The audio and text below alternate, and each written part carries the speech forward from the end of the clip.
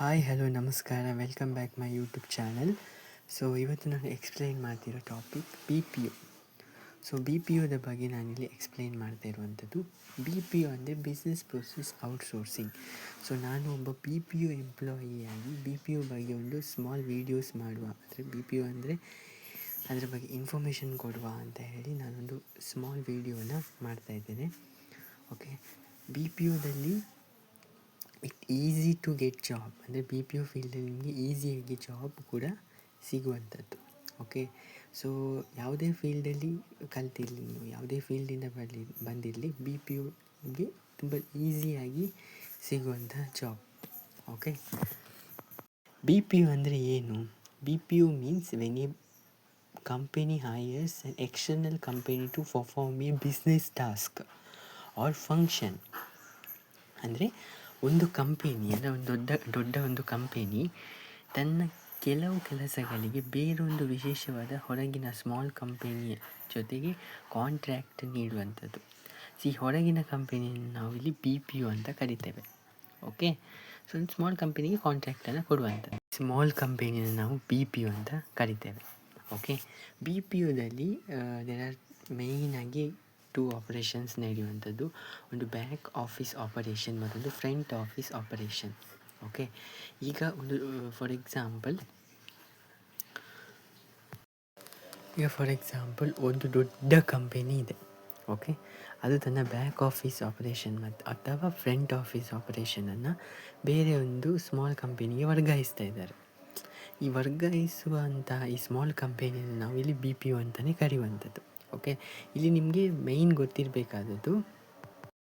ಗೊತ್ತಿರಬೇಕಾದದ್ದು back office operation. ಅದರಲ್ಲಿ ಯಾವುದೆಲ್ಲ ಬರ್ತದೆ? ಪೇಮೆಂಟ್ ಪ್ರೊಸೆಸಿಂಗ್, ಯಾವುದಾದ್ರು ಪ್ರೇರೋಲ್ ಆ್ಯಕ್ಟಿವಿಟೀಸ್ ಆಗಿರ್ಬೋದು ಕಂಪೆನಿದು, ಅಥವಾ IT ಸರ್ವೀಸಸ್ ಆಗಿರ್ಬೋದು, ಕ್ವಾಲಿಟಿ ಅಶ್ಯೂರೆನ್ಸ್ ಆಗಿರ್ಬೋದು, ಇದೆಲ್ಲ ಬ್ಯಾಕ್ ಆಫೀಸಲ್ಲಿ ಬರುವಂಥದ್ದು. ಓಕೆ, ನೆಕ್ಸ್ಟ್ ಬರೋದು front office operation.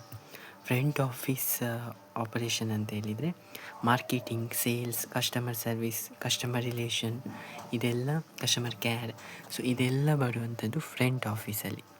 Okay, next ಬರುವಂಥದ್ದು types of BPO. First one ಇದರಲ್ಲಿ ಬರೋದು onshore outsourcing or domestic outsourcing. ಅಂದರೆ ಇದು ತುಂಬ ಈಸಿಯಾಗಿರುವಂಥದ್ದು. ಅಂದರೆ ಡೊಮೆಸ್ಟಿಕ್ BPO ಅಂದರೆ ಒಂದು ದೇಶದ ಬೇರೊಂದು ಕಂಪೆನಿ, ಅಂದರೆ ಒಂದು ದೇಶದ ಕಂಪೆನಿ ಅದೇ ದೇಶದ ಒಂದು BPO ಕಂಪೆನಿಗೆ ಕಾಂಟ್ರ್ಯಾಕ್ಟ್ ಕೊಡುವಂಥದ್ದು. ಓಕೆ, ಬನ್ನಿ ಒಂದು ದೇಶದ ಕಂಪೆನಿ ಅದೇ ದೇಶದ ಕಂಪೆನಿಗೆ ಕಾಂಟ್ರ್ಯಾಕ್ಟ್ ಕೊಡುವಂಥದ್ದು, BPOಗೆ ಕಾಂಟ್ರ್ಯಾಕ್ಟ್ ಕೊಡುವಂಥದ್ದು. ಫಾರ್ ಎಕ್ಸಾಂಪಲ್, ಈಗ ಬ್ಯಾಂಗ್ಳೂರಲ್ಲಿ ಒಂದು ದೊಡ್ಡ ಕಂಪೆನಿ ಇದೆ, ಅದು ಮಂಗಳೂರಿನ BPOಗೆ ಕಾಂಟ್ರ್ಯಾಕ್ಟ್ ಕೊಡ್ತದೆ. ಓಕೆ, ಇದು onshore outsourcing or domestic outsourcing. Second one nearshore outsourcing. ಅಂದರೆ ನೇಮೇ ಎಕ್ಸ್ಪ್ಲೇನ್ ಮಾಡುವ ಹಾಗೆ ದೊಡ್ಡ ಕಂಪೆನಿಯು ಹತ್ತಿರದ ದೇಶದ ಒಂದು BPOಗೆ ಕಾಂಟ್ರ್ಯಾಕ್ಟ್ ಕೊಡುವಂಥದ್ದು.